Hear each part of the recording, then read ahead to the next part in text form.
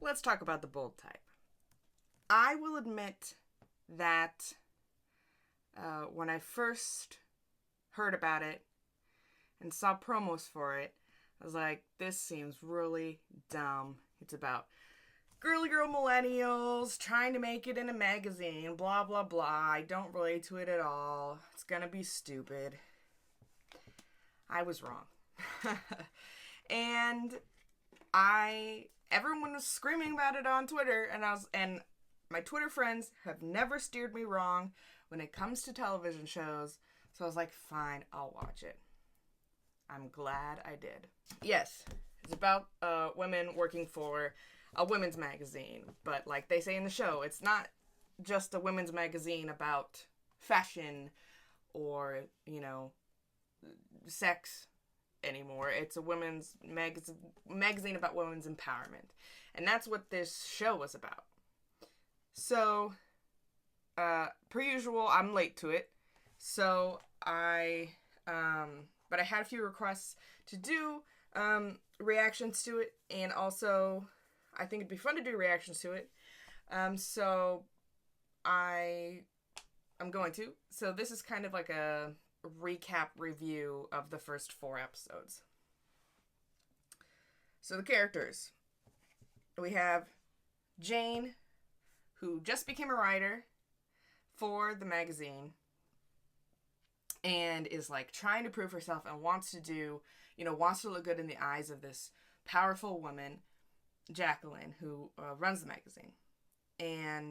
But like everything she's written so far has taken her out of her comfort zone, which is awesome, I think, because it shows that, if you jump out of your comfort zone, you can go places. And then there's Sutton, who is still stuck as an assistant, but has bigger dreams. And in this show, or in these episodes at the beginning of the show, she started to advocate for herself and is like, I want to go places. Talking to the person she's an assistant for, she's like, will you give me a recommendation?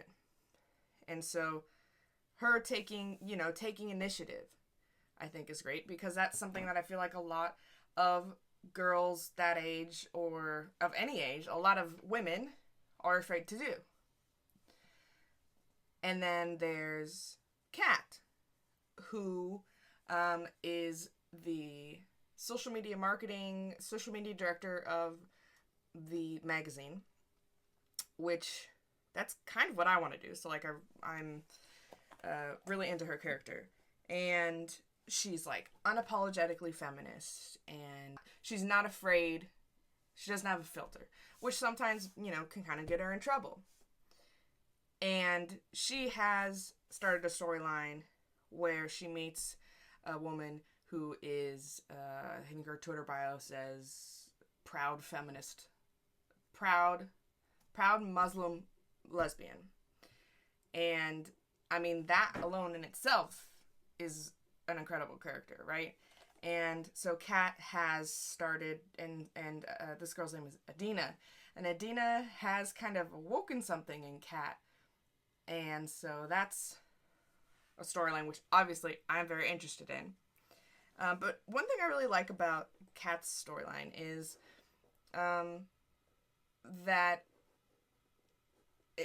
I related to was that when I was starting to question my sexuality, and Adina touches on it a little bit, is, it wasn't about, oh, I like vaginas. It started with my heart, and it started with my head, and it started with, the thinking about the sexual part didn't come till a lot later. It was this person that I'm into happened to be a girl, and I think that that's a story, or a journey that a lot of people can relate to, and I think it's an important journey and story to tell.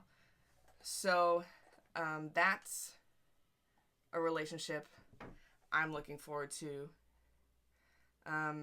And we also look at, they also touch on a little bit about Adina's experience as a Muslim lesbian, or as just a Muslim in America. And they have some pretty powerful scenes there. But honestly, like, you'd think, oh my god, Adrian, you're fucking gay. That's obviously your favorite part of the show. Yes. Kat overall is my favorite part of the show.